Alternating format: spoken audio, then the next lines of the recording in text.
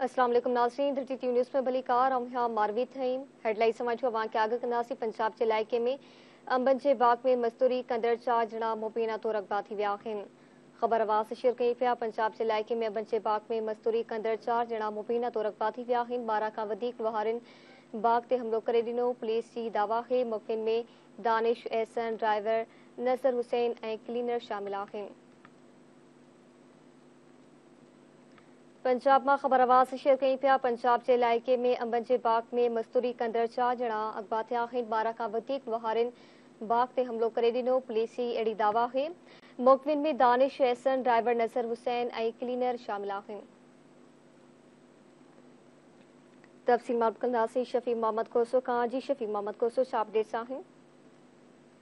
जी बिल्कुल ही भंग थाने की हद में अज सुबह जो जेका अंबन ते मज़दूरी कंदड़ 4 पोरे थिया उहे मुबैना तौर अगवा थी विया आहिनि। 1 दर्जन खां वधीक जेके ॾोहारी आहिनि उन बाग ते हमलो करे ॾिनो। 4 मुग़विन खे जेको आहे त उहे खणी कचे तरफ़ फरार थी विया आहिनि। मुग़विन में दानिश एहसन मज़दा ड्राइवर आहे, नज़र हुसैन आहे उनजो क्लीनर आहे, जेके सरगोदा ऐं मुज़फ़रगढ़ जा रहवासी आहिनि। पुलिस पेरा खणी कचे तरफ़ वियल आहे। जी मेहरबानी शफ़ी मोहम्मद आगाह करण लाइ।